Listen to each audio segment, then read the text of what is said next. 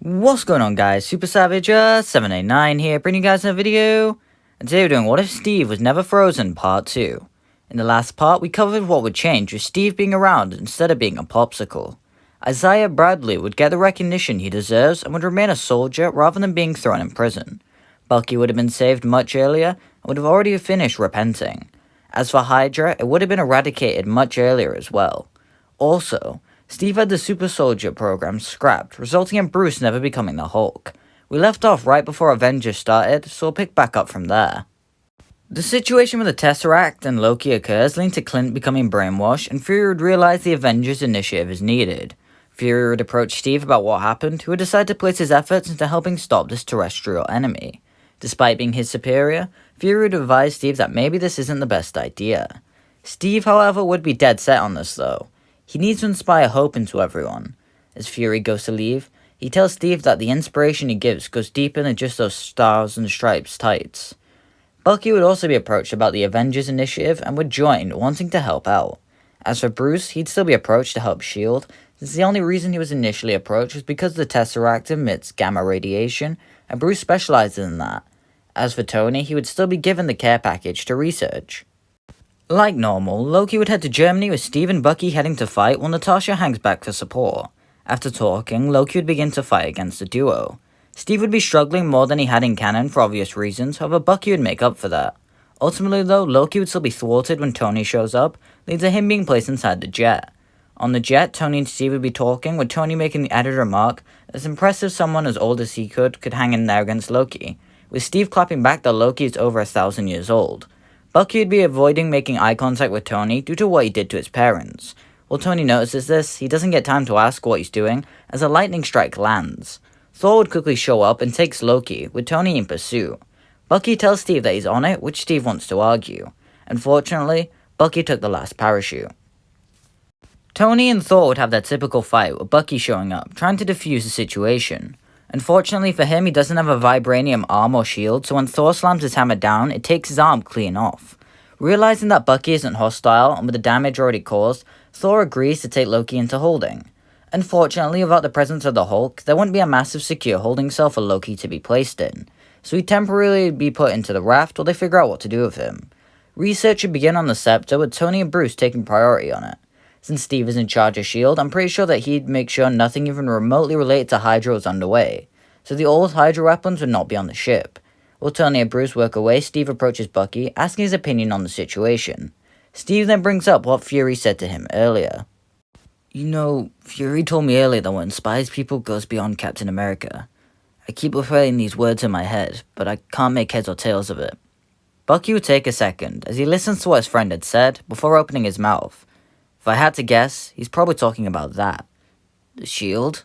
That shield means a lot of different things to a lot of different people. Whether you like it or not, that shield goes beyond what any of us could do without it. The shield invokes hope, not the tights. Like normal, everyone would begin arguing pretty much like in canon, however Bucky is also here. An explosion would then occur and Loki's brainwashed lackeys would begin to appear. A big change that there is no Hulk, meaning that the danger won't nearly be as bad. Bucky would tell Natasha to make sure Dr. Banner is taken to safety as he rushes off to go and fight. Despite only having one arm, Bucky is a trained super soldier and therefore is able to take down quite a few brainwashed agents, taking a gun from them in the process. As Bucky is going around, he'd run into the brainwashed Clint. While he tells him he doesn't want to fight, the duo would still come to blows. Bucky tells Clint that he knows how it feels to be mind controlled and have your head placed into a blender.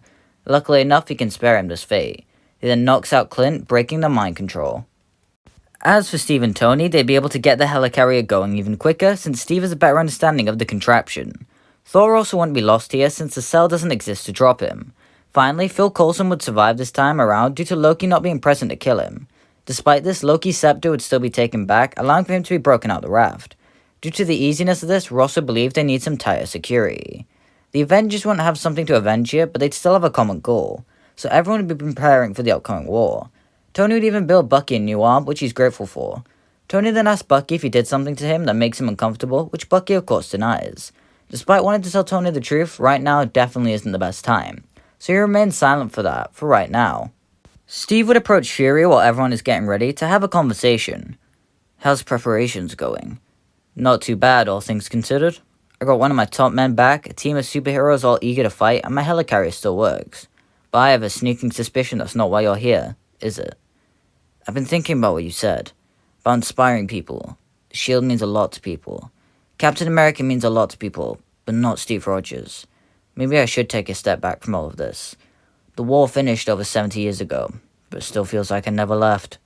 Maybe I'm not ready to. There's nothing wrong with a simple life. Well, the wife is always saying I work too much. Everyone would suit up, ready to battle, and head down to New York. Tony would still have his interaction with Loki, and then the fighting kicks off. Due to his old age, Steve would be focusing on evacuation and rescue rather than fighting. He would still be present for the iconic pose, with Bucky replacing Hulk in the circle. Thor would have to be fighting a lot harder, especially against the Leviathans, without Hulk present. I still think he could do it though. As for Loki, he'd be tracked down by Bucky. He holds his assault rifle to the god and tells him to come quietly, which naturally Loki denies. He draws a dagger, telling Bucky that he heard about all his Winter Soldier past, all the atrocities he caused, all the people he killed. When New York is no less than rubble, he'll mind control him once again. Having the Winter Soldier as his executioner will be marvelous. Bucky tells Loki he's spent a lot of time repenting for that. He'll try not to do it again. As he's talking, Loki draws a dagger to stab Bucky, which he reacts and deflects. The duo begin a brief hand-to-hand combat sequence which doesn't end well for Loki, leading to his defeat. As for the rest of the movie, that pretty much goes beat for beat, except Thor catches Tony instead of Hulk when he comes out the portal. They ultimately capture Loki, where he's placed in Asgardian custody. As for the scepter, rather, that would actually end up in the hands of S.H.I.E.L.D. instead of Hydra, since people like Pierce and Rumlow would be captured.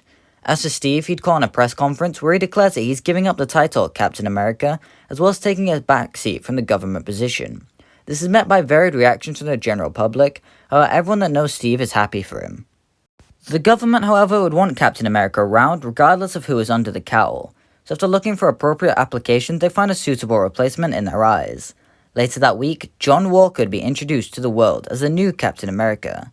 How will the second Captain America movie go, with John being Cap, no Hydra and S.H.I.E.L.D., and Steve being old? Find out next time, because that's where I'm going to leave it here for right now. If you enjoyed this part, why not hit the like button, as the MCU what ifs don't do that well, and it does support the channel. If you want to see more of this series, then let me know, and leave some ideas from new MCU what ifs down below. And yeah, bye!